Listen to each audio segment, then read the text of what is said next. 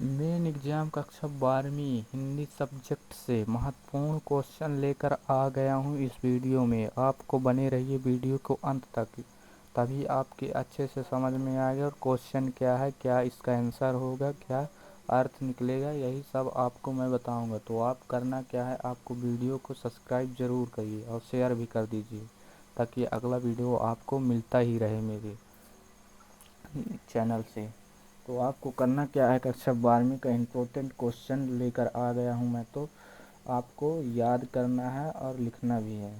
तो आपको बता दूं, सबसे पहले है महत्वपूर्ण टॉपिक के बारे में, जो है राष्ट्रभाषा और राजभाषा में कोई दो अंतर, राष्ट्रभाषा की परिभाषा, अर्थ, गुण, विशेषता, सारी जानकारी मैं अभी दे दूंगा इसी वीडियो में कुछ ही देर बाद। आपको करना क्या है कि मेरी बातों को अच्छे से गौर से सुनना है, तभी आपके अच्छे से समझ में आएगा। तो आपको लिखना है पहले राष्ट्रभाषा राजभाषा में दो अंतर। अब इसको समझने के बाद अब इसके पूरे जितने हैं, इसका विशेषता, अर्थ, गुण, परिभाषा आपको बता दूंगा इसी वीडियो में। तो आपको बने रहिए मेरे वीडियो के अंत तक में। तो आप पहला है राष्ट्रभाषा, दूसरा है राजभाषा। इसका अंतर क्या क्या होगा। राष्ट्रभाषा राष्ट्रभाषा का प्रयोग काफ़ी क्षेत्र में होता है, जैसे जैसे कि यह एक राष्ट्र हो गया, आप इस वीडियो के माध्यम से समझ सकते हैं। जैसे कि यह भारत राष्ट्र हो गया है, इसमें बहुत सारे जनसंख्या हैं। अब इस जनसंख्या में कितने परसेंट लोग राष्ट्रभाषा का प्रयोग कर रहे हैं, इसमें तो काफ़ी लोग कर रहे हैं राष्ट्रभाषा में। अब यह हो गया राजभाषा। लिखा है राजभाषा का प्रयोग सीमित क्षेत्रों में होता है, सीमित क्षेत्रों में, जैसे राष्ट्र के अंदर ही। जैसे कि यह टुकड़ा में बट गया भारत देश हमारा, जैसे टुकड़ा में नहीं, राज्य में बट गया है। तो इस प्रकार आप समझ सकते, 1 2 3 4 4 राज्य में आप किसी क्षेत्र में बंगाली, उर्दू, फारसी, हिंदी, इंग्लिश, पंजाबी आदि भाषा बोली जाती हैं, तो इसी को बोलते हैं राजभाषा बोलते हैं। इसी को राजभाषा बोलते हैं। जो भाषा राज्य में प्रयोग होता है उसे राजभाषा कहते हैं। किसी किसी राज्य का अपना एक एक महत्वपूर्ण भाषा होती है, जिसे राजभाषा कहते हैं। राष्ट्रभाषा देश के सभी लोग जिसको अधिक से अधिक उपयोग करते हैं, वही राष्ट्रभाषा कहलाता है। अब दूसरा है अंतर राष्ट्रभाषा का। राष्ट्रभाषा किसी राष्ट्र के एक ही राष्ट्र का भाषा होता है। जैसे एक राष्ट्र हो गया, उसका मृतभाषा एक ही होगा, दूसरा कुछ नहीं होगा। अगला राष्ट्रभाषा क्या, एक राष्ट्र में एक ही राष्ट्रभाषा होता है। राजभाषा किसी राष्ट्र में कई भाषा होते हैं, जैसे कि यह राष्ट्र हो गया। अब इस प्रकार है विभाजन होगा, इसका मतलब इस प्रकार टुकड़ों में नहीं है, तो कहा जाए तो इसको हिस्से में बटा है। जैसे राजस्थान, मध्य प्रदेश, एमपी, बिहार, कुछ भी समझ सकते हैं।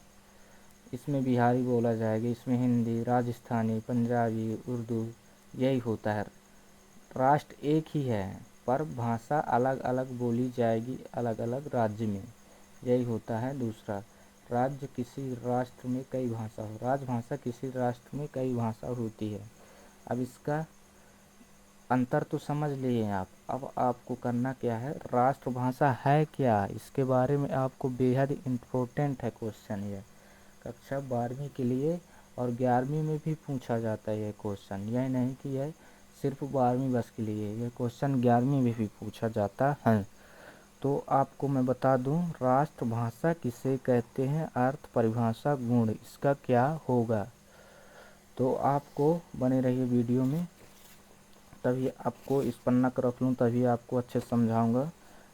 इस ड्राइंग शीट से, मतलब ड्राइंग के हिसाब से आपको समझा दूंगा। राष्ट्रभाषा किसे कहते हैं, तो इसका होगा आंसर क्या हो सकता है। तो राष्ट्रभाषा वह भाषा है जब किसी राष्ट्र में लोग उस भाषा को अधिक प्रयोग करते हैं, वही राष्ट्रभाषा कहलाएगा, वहाँ का, उस देश का, उस कंट्री का। यही होता है राष्ट्रभाषा। जैसे कि आप समझ सकते हैं इस वीडियो के माध्यम से या उदाहरण के माध्यम से। जैसे कि यह राष्ट्र हो गया, समझ सकते हैं आप लोग।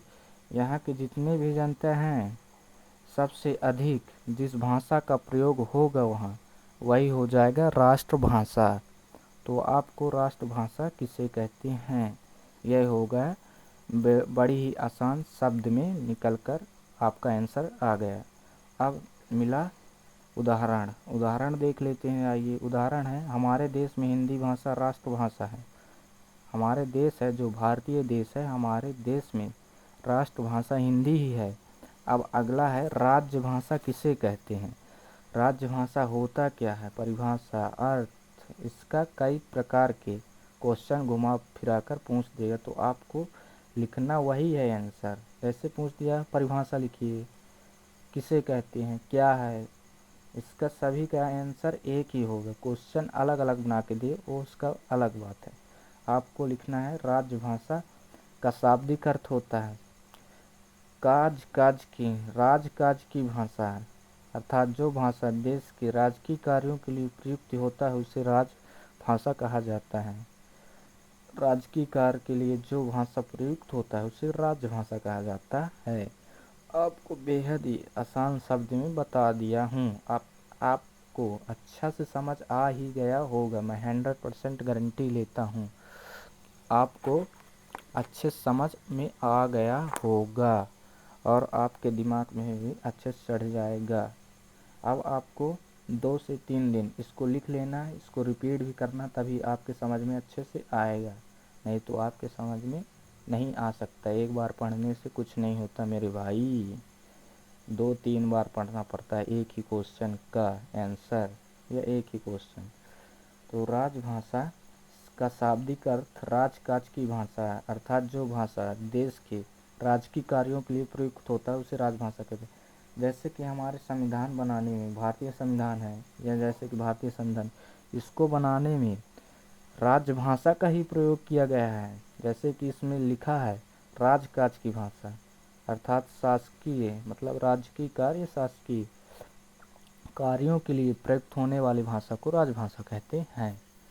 अब इसका विशेषता भी बता दूं आपको, तो आप बने रहिए वीडियो के अंत तक में। यह रहा राष्ट्रभाषा की विशेषता। कोई दो अंतर लिखना मतलब कोई दो ही विशेषता लिखना है, ज़्यादा लिखने की कोशिश भी नहीं करिए, ना ही ज़्यादा नंबर आपको लिखने से मिलेगा। टाइम बर्बाद ना करते हुए वीडियो को लास्ट तक आपको देखना है। तो आपको करना क्या है कि राष्ट्रभाषा संविधान द्वारा मान्यता प्राप्त होती है। जो राष्ट्रभाषा होता है देश का, संविधान द्वारा मान्यता प्राप्त होती है। जैसे संविधान भी मान्यता प्राप्त होता है उसका। अब दूसरा है राष्ट्रभाषा को सीखने में सरल होता है। राष्ट्रभाषा जो है किसी देश का, जैसे कि हमारे देश का राष्ट्रभाषा हिंदी है, तो हिंदी सीखने में अति सरल है, मतलब अति सरल ही है। और इंग्लिश सीखने मतलब इंग्लिश उतने सभी लोगों से नहीं बन पाता है। यही होता है इसका दूसरा विशेषता। अब लिखना है तीसरा राष्ट्रभाषा बहुसंख्या लोगों की भाषा होती है। राष्ट्रभाषा को काफ़ी लोग उपयोग करते हैं, अति उपयोग करते हैं, यही होती है बहुसंख्या लोगों की भाषा होती है। और अब 6वां क्वेश्चन है राजभाषा की विशेषता, मतलब राष्ट्र तो हो गया, अब राजभाषा की विशेषता। जो राजभाषा होती है वह सरकारी कामकाज की भाषा होती है। आपको भी बता दूं, सरकारी कार्यों के लिए अति आवश्यक राजभाषा को मान्यता होती है, यही होती है राजभाषा। अब रहा दूसरा क्वेश्चन, राजभाषा को ऑफिशियल लैंग्वेज भी कहा जाता है इंग्लिश में। इसका विकल्प भी आता है, सही जोड़िए, विकल्प स्थायी भाव मतलब रिक्त स्थान में भी आता है कि राजभाषा को दूसरा नाम विकल्प में आ जाएगा राजभाषा ऑफिशियल लैंग्वेज या नेशनल लैंग्वेज भी बोल देगा। तो आपको अच्छे से समझ में नहीं आ सकता ना, इसलिए मैं आपको उदाहरण के माध्यम से बता दूं। राजभाषा को ऑफिशियल लैंग्वेज भी कहा जाता है। और रहा आपका चौथा क्वेश्चन जो कि अति महत्वपूर्ण क्वेश्चन है। अब स्थायी भाव और संचारी भाव में कोई 3 अंतर जो कि अति आवश्यक ही पूछा जाता है पेपर में, आपको लिखना है भी है और याद तो करना ही है, मिनटों का काम है यह याद करना किस प्रकार आप लिखेंगे। तो अब है संचारी भाव, देख सकते हैं संचारी भाव, स्थायी भाव। पहले आप स्थायी भाव को देखना है।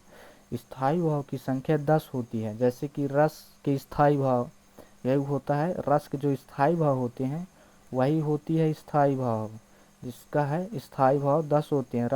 रस के 10 अंग हैं तो उसका भी स्थायी अंग 10 ही होंगे। यही होता है स्थायी भाव। रस के स्थायी भाव की 10 संख्या होती है।